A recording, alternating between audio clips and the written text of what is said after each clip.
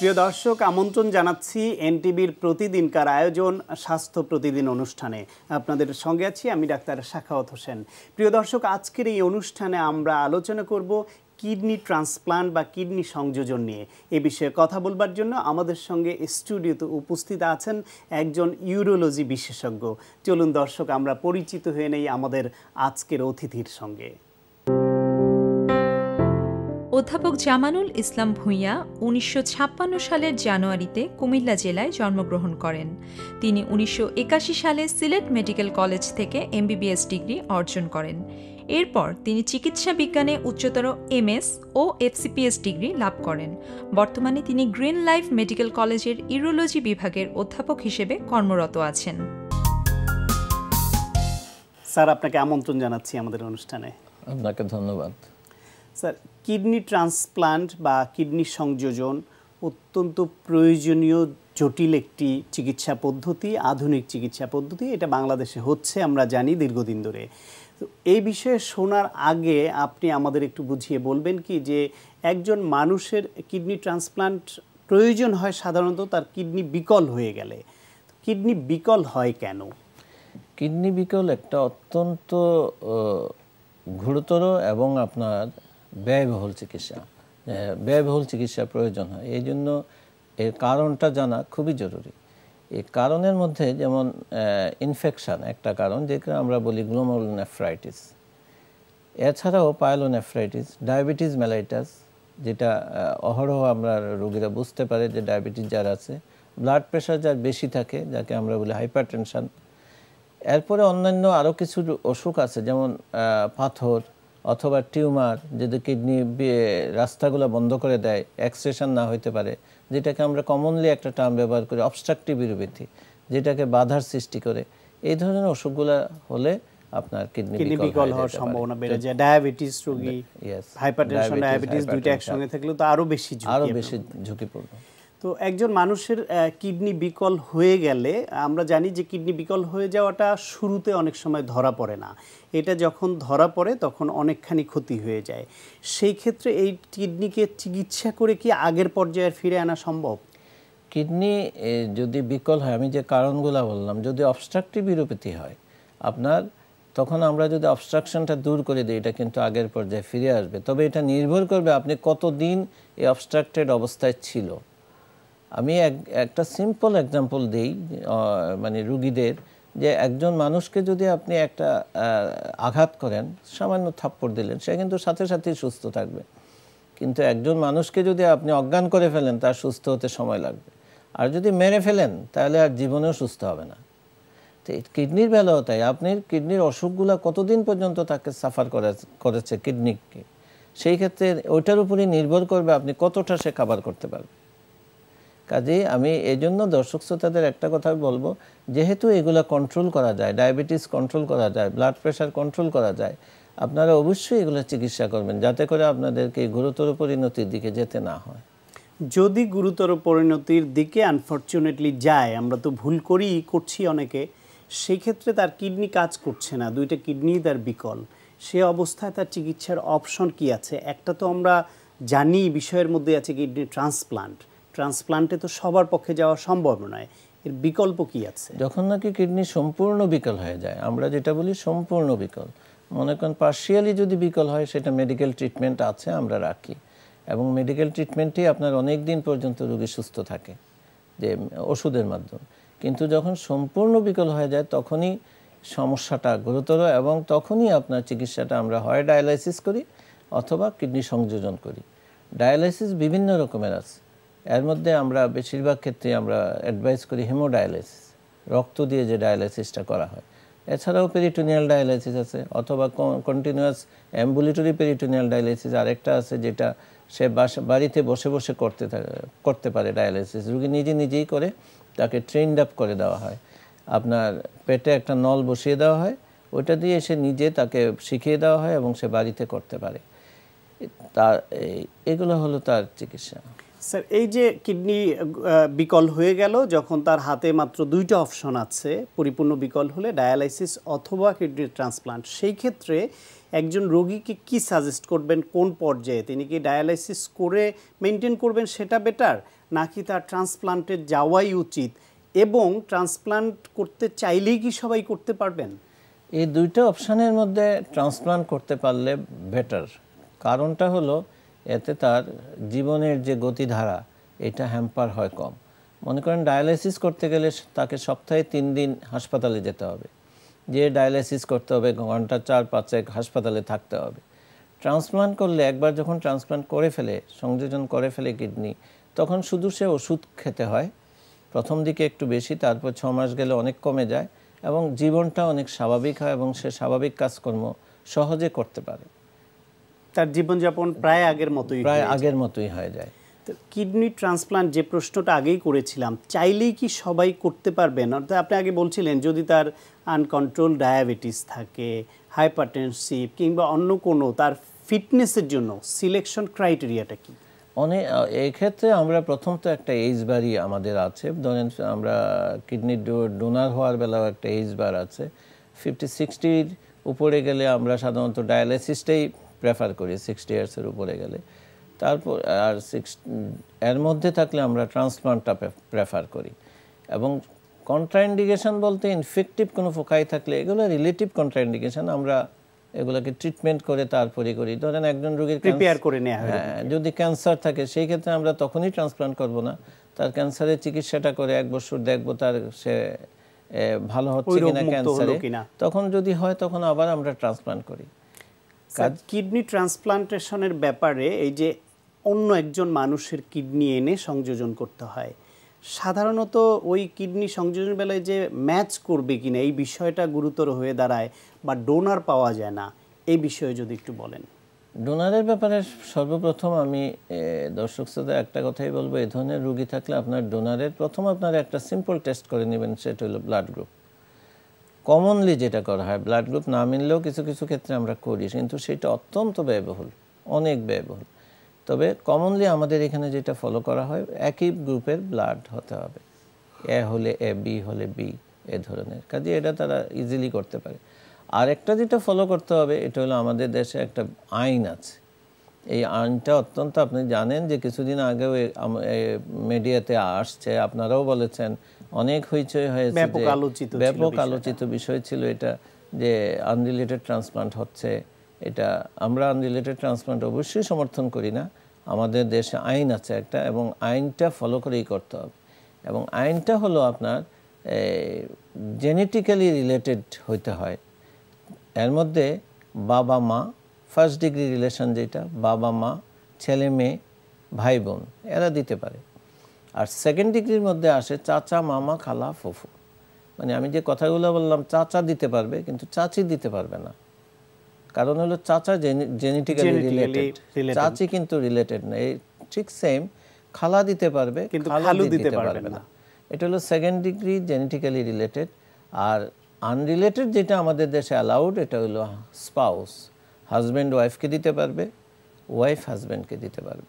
তবে সেই ক্ষেত্রে আমরা একটা জিনিস, আমরা নৈতিকভাবে আমরা যারা চিকিৎসক ট্রান্সপ্লান্ট করি, একটা জিনিস আমরা খুব খেয়াল করি যে আপনি অসুস্থতাটা কি বিয়ের পরে হয়েছে নাকি বিয়ের আগে হয়েছে, কারণ এটার সাথে অনেক নৈতিকতা জড়িয়ে যায়। অনেক সময় দেখা গেল একজন অসুস্থ হলো, তারপরে একটা ম্যারেজ সার্টিফিকেট নিয়ে আসলো, এনে বললো যে আমার হাজব্যান্ড, সেটা কিন্তু আমরা অ্যালাউ করব না।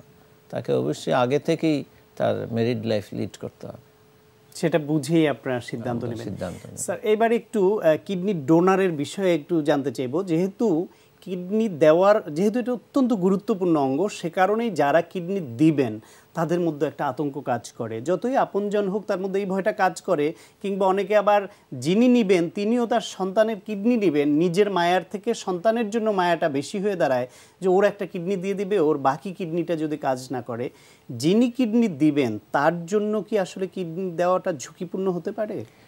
আমরা যখন ট্রান্সপ্লান্ট করি, আমরা যাকে কিডনি দিব, গ্রহীতা, তার থেকে যিনি দিবেন তার জন্য আমরা অত্যন্ত বেশি কেয়ারফুল থাকি চিকিৎসকরা সবসময়, কারণ উনি একটা মহৎ কাজ করছেন, একটা দান করছেন, এবং আরেকটা মানুষের, ওনার হোক না ওনার আত্মীয়, তারপরেও তো উনি কিডনিটা দিয়ে ওর জীবন বাঁচাচ্ছে। সেই ক্ষেত্রে আমরা অত্যন্ত এই ডোনারের ব্যাপারে কেয়ারফুল থাকি, এবং ডোনার কিডনি দিলে আমরা অনেক পরীক্ষা নিরীক্ষা করে নেই, তার শরীরে যদি ন্যূনতম কোনো অসুবিধা থাকে তাহলে তার কিডনি আমরা নিব না। এবং আমরা যখন দেখি যে উনি সম্পূর্ণ সেফ, তার শরীরে ওনার এই কিডনিটা গেলেও কোনো ক্ষতি হবে না, তখনই আমরা তার কিডনি নিব। এই ব্যাপারে যারা কিডনি দিবেন বা নিবেন তাদের ভয় পাওয়ার কোনো কারণ নেই, কারণ চিকিৎসকরা কোনো সময় একজন সুস্থ মানুষকে অসুস্থ করার পরামর্শ দিবেন না। এবং তিনি দুটো কিডনি নিয়ে যেমন সুস্থ ছিলেন, একটা কিডনি নিয়ে ওই রকমই থাকবেন, এটা এনশিওর করার পরেই একজন চিকিৎসক কিডনি ট্রান্সপ্লান্ট করান। আরেকটা কথা বলবো, আমাদের জন্মগতভাবে অনেকের কিন্তু একটা কিডনি, আমরা হয়তো অনেকে জানি না, বয়স হয়ে গেছে, সেটা নিয়েও তো আমরা ভালো থাকি, 70, 80, 100 বছর হয়ে গেছে, আমরা ভালো আছি। স্যার আপনাকে অনেক ধন্যবাদ, আমাদের অনেক দরকারি পরামর্শ দিলেন। আশা করি আমাদের দর্শকদের যে বিষয়ে ভুল ভ্রান্তি ছিল সেগুলি কেটে যাবে। আপনাকে ধন্যবাদ, দর্শক শ্রোতাদেরও ধন্যবাদ। দর্শক, আমরা শুনছিলাম কিডনি বিকল হয়ে গেলে তার অত্যন্ত কার্যকরী এবং প্রয়োজনীয় যে চিকিৎসা পদ্ধতি কিডনি ট্রান্সপ্লান্টেশন, সে বিষয়ে কিছু দরকারি পরামর্শ। আশা করি আপনাদের কাজে লেগেছে।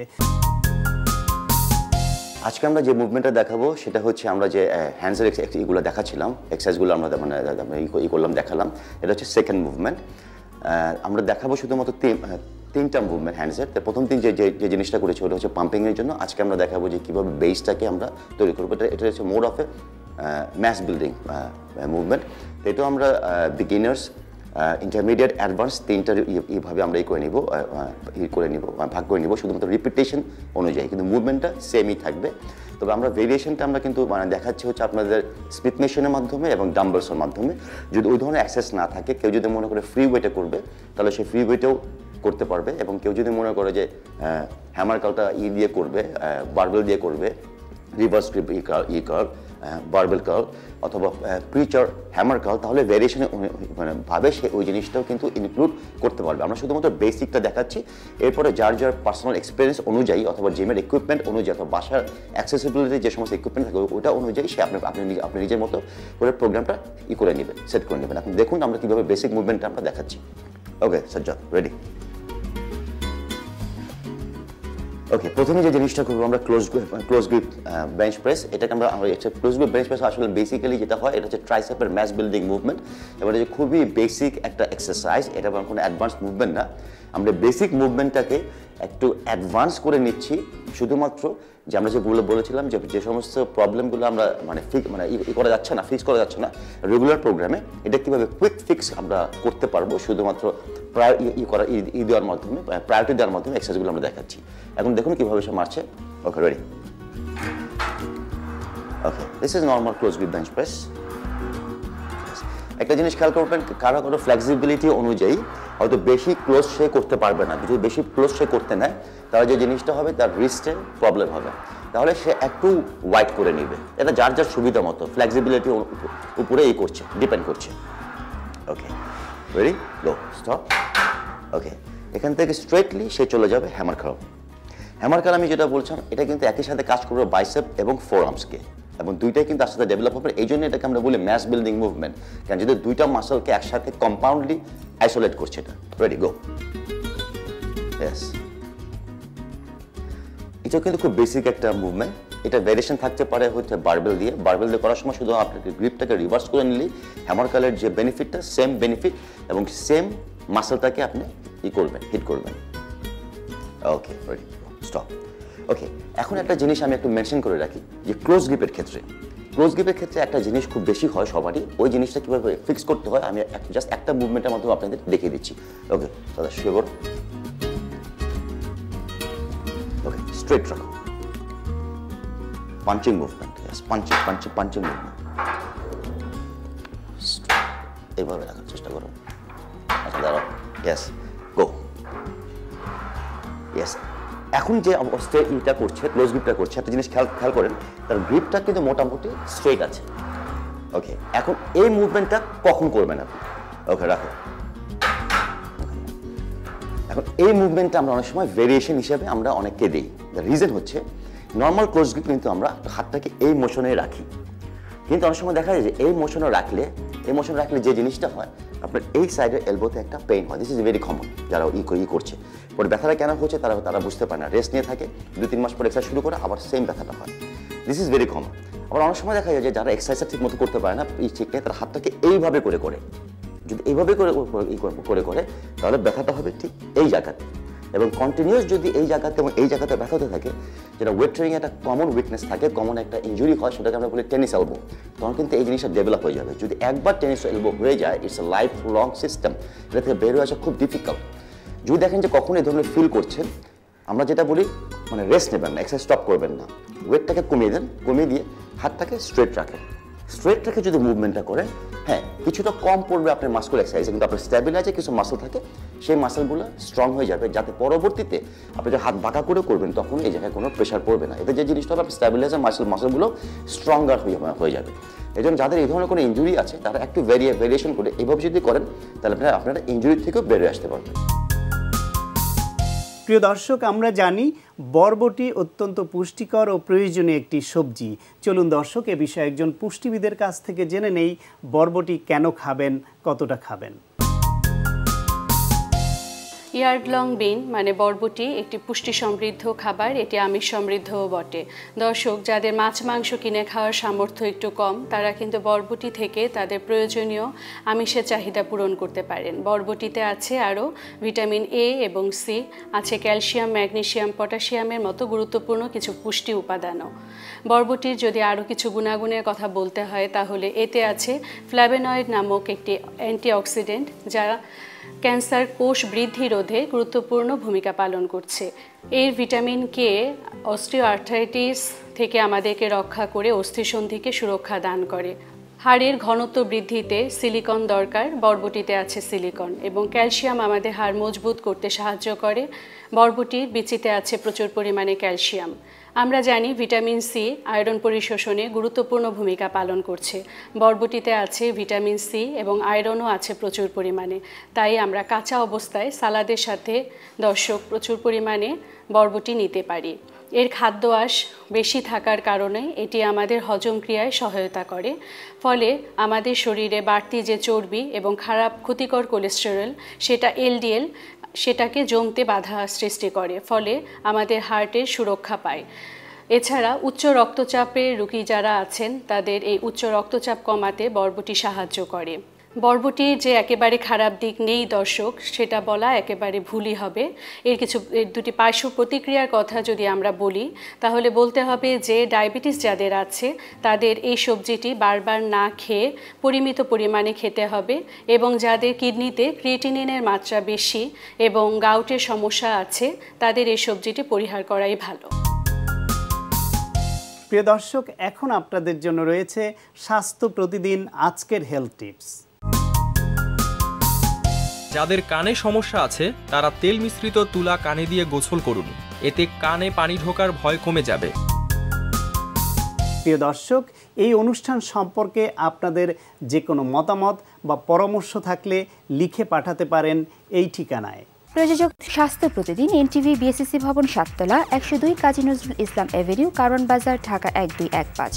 ফ্যাক্স 914338 থেকে 7 পর্যন্ত, অথবা ইমেইল করুন স্বাস্থ্যপ্রতিদিন@ntvbd.com এই ঠিকানায়। প্রিয় দর্শক, স্বাস্থ্য প্রতিদিনের আগামী পর্বে আপনাদের জন্য যা রয়েছে, লো ব্যাক পেনের অসংখ্য কারণ আছে। কিছু কারণ আমাদের যে রিজনে ব্যথা, লোয়ার ব্যাক, সেইখানেরই কারণ। আবার কোনো কারণে অন্য জায়গা থেকেও আমার লো ব্যাক পেন হতে পারে। যেমন আমার হিপ জয়েন্টে যদি কোনো ব্যথা থাকে বা উরুসন্ধির ব্যথা থাকে, সেইটাও আমি লোয়ার ব্যাকে আমি ফিল করতে পারি। আমার হাঁটুতে যদি কোনো সমস্যা থাকে, সেইটাও আমার লোয়ার ব্যাকে আমাকে ব্যাক পেন দিতে পারে। আমার গলব্লাডারে যদি সমস্যা থাকে, অনেক সময় আমার ব্যাক পেন হতে পারে, রেফার্ড পেন হতে পারে।